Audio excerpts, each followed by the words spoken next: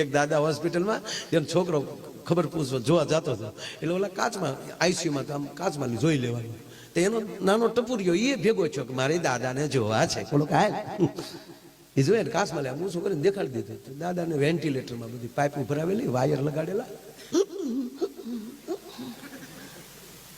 ગમગમાટી હાલતી.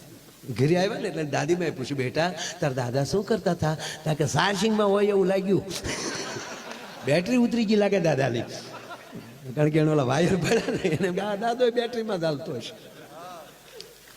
અરે ભાઈ એક જણાને ફોન કર્યો હોસ્પિટલેથી, તમારા દાદાને લઈ જાઓ. પછી તો દેવા મળ્યા હતા ડેડ બોડી. હોસ્પિટલ કર્યું, પછી લાકડા ખૂટી ગયા.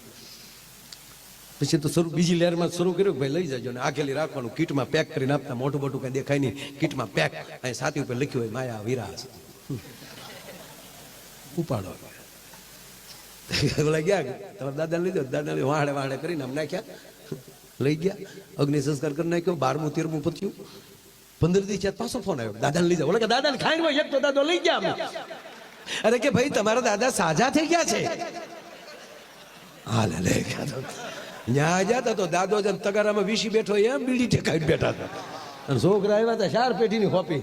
મહિના દીધા મારા દીકરા હામો નહોતા જોતા. અરે ગાદલો આપણો બાપ તો હામો બેઠો. દાદાની ગાડી બેહાડીને ઓલી રસીદ લઈને ગયા. મહિના પહેલા જતી ને રસીદ એ લઈ ગયા કાઢવા. મહિના પહેલા હવે છેલ્લે ચરવાળો કરી લેજો, જયારે લઈ જાવ ને ગયા